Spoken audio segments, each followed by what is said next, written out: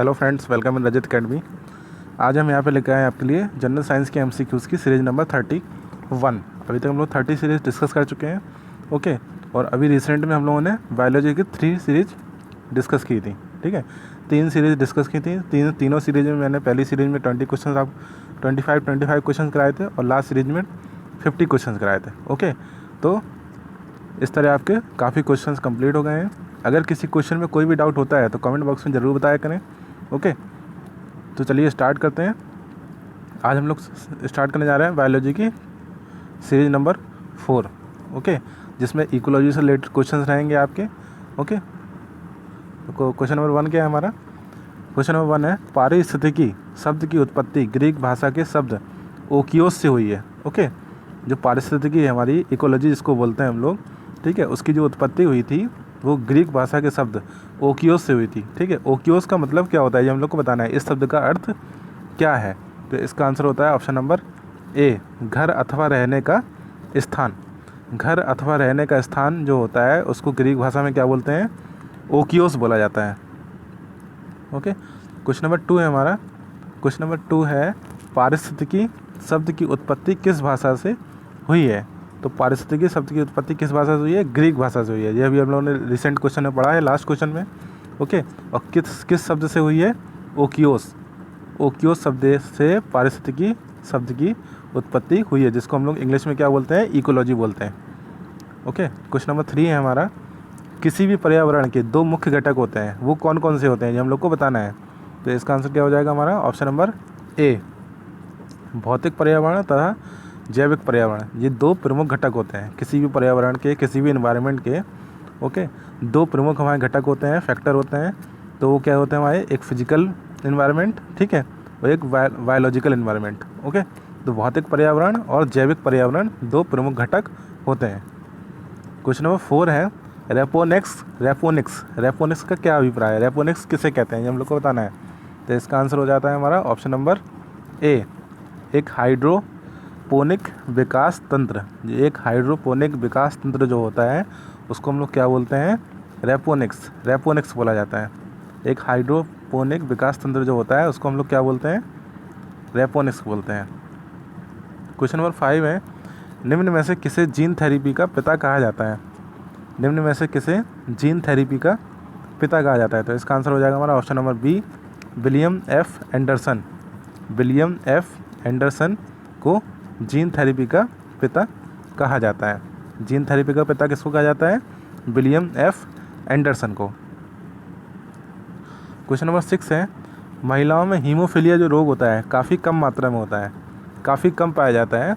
तो यह क्यों होता है? मतलब महिलाओं में जो हीमोफीलिया रोग होता है हमारा, ठीक है, वो काफ़ी कम पाया जाता है। क्यों पाया जाता है? तो इसका आंसर होता है हमारा ऑप्शन नंबर डी, क्योंकि इसके लिए जो उत्तरदायी जीन होता है हमारा, ठीक है, इसके लिए जो जीन उत्तरदायी होता है हमारा, वह दुर्बलता से युग्मित हो पाता है। दुर्बलता से क्या हो जाता है? युग्मित हो पाता है। क्वेश्चन नंबर 7 है हमारा, चिकनगुनिया बुखार उत्पन्न करने वाले विषाणु का प्राथमिक वाहक क्या होता है? जो चिकनगुनिया बुखार होता है, चिकनगुनिया बुखार जो उत्पन्न करता है विषाणु या वायरस, उसका प्राथमिक वाहक, ठीक है, प्राइमरी कैरियर क्या होता है ये हम लोग को बताना है। तो इसका आंसर हो जाता है हमारा option number C, Aedes aegypti. Aedes aegypti हमारा प्राथमिक वाहक होता है किसका? चिकनगुनिया बुखार उत्पन्न करने का विषाणु होता है। ठीक है, ये क्या है? एक तरह का वायरस है। एडिस एंटिप्टाई एक वायरस है, ठीक है, जो चिकनगुनिया बुखार उत्पन्न करता है। क्वेश्चन नंबर 8 है, बेली बीस क्या होते हैं ये हम लोग को बताना है। बेली बीस क्या होते हैं? तो इसका आंसर हो जाएगा कंगारू से मिलते जुलते जो ऑस्ट्रेलिया के धानी प्राणी होते हैं। कंगारू से मिलते जुलते जो ऑस्ट्रेलिया के धानी प्राणी होते हैं और उनको हम लोग क्या बोलते हैं? बेली बीस बोलते हैं। बेली बीस किसे बोलते हैं? जो कंगारू से मिलते जुलते ऑस्ट्रेलिया के धानी प्राणी होते हैं, उनको बेली बीस बोलते हैं। क्वेश्चन नंबर 9 है, मानव में होने वाली वंशानुगत बीमारी डाउन सिंड्रोम किसके कारण होती है? तो मानव में जो बीमारी होती है डाउन सिंड्रोम, वो किसके कारण होती है हमारी? तो ऑप्शन नंबर बी इसका राइट आंसर हो जाएगा, क्रोमोसोम 21 के त्रिगुणन के कारण। ओके, जो क्रोमोसोम होते हैं हमारे मनुष्य में कितने क्रोमोसोम पाए जाते हैं? टोटल 46 पाए जाते हैं, लेकिन पेयर कितने का होता है हमारा? 23 का होता है। ओके, तो 21 नंबर का जो हमारा क्रोमोसोम रहता है, ठीक है, उसके त्रिगुणन के कारण ठीक है, उसके त्रिगुणन के कारण मानव में डाउन सिंड्रोम की बीमारी हो जाती है। और यह कैसी बीमारी है? वंशानुगत बीमारी है। क्वेश्चन नंबर 10 है, निम्नलिखित में से कौन सा एक कीटभक्षी पौधा नहीं है? तो 4 ऑप्शन दिए गए हमारे, तो कौन सा कीटभक्षी पौधा नहीं है? तो इसका आंसर हो जाएगा हमारा ऑप्शन नंबर ए, हार्नवर्ट। ओके, हार्नवर्ट एक कीटभक्षी पौधा नहीं है। कीटभक्षी पौधा क्या होते हैं?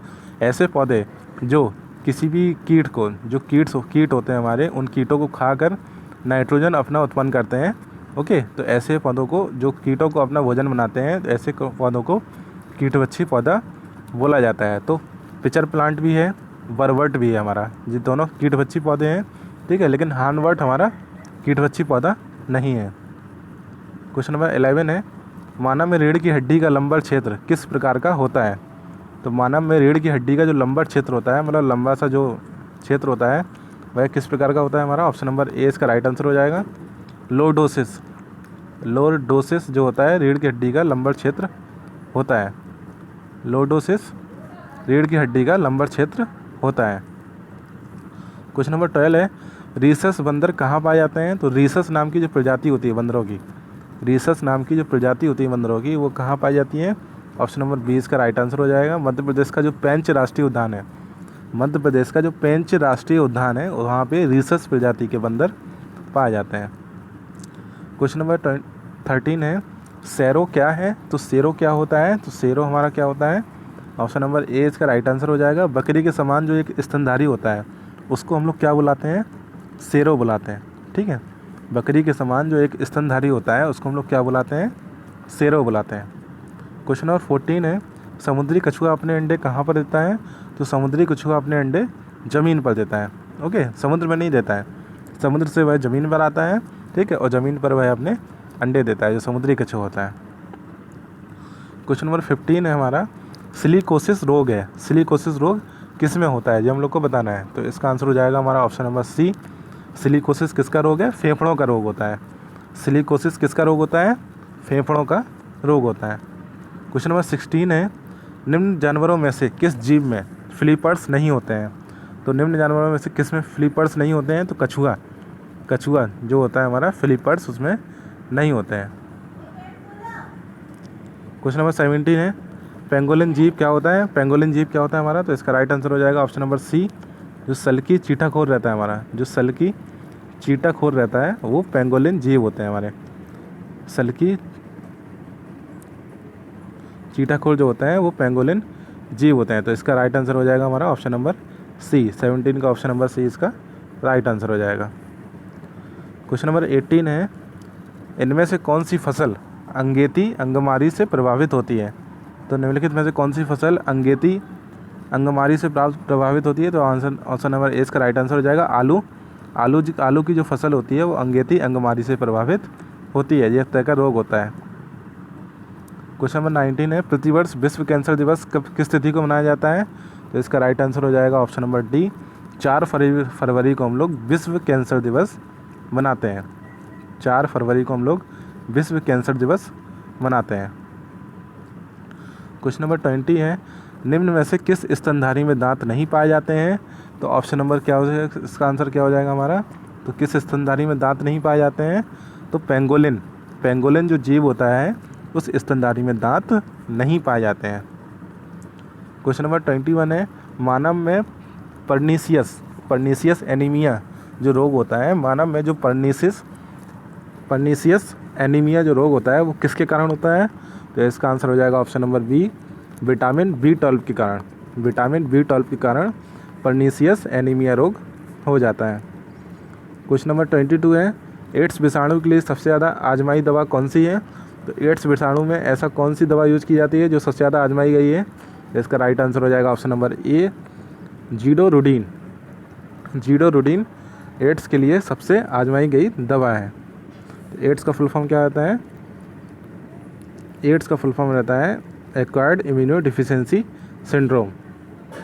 क्वेश्चन नंबर 23 है, निम्न में से विश्व का सबसे तेज जीव कौन सा है? तो चीता जो होता है, चीता टाइगर जो होता है हमारा, वो विश्व का सबसे तेज जीव होता है। क्वेश्चन नंबर 24 है, पृथ्वी पर सबसे बड़ा और सफलतम जीवों का वर्ग कौन सा है? तो आर्थ्रोपोडेज, जितने भी कीट पाए जाते हैं हमारे, ठीक है, वो आर्थ्रोपोडेज ग्रुप में आते हैं।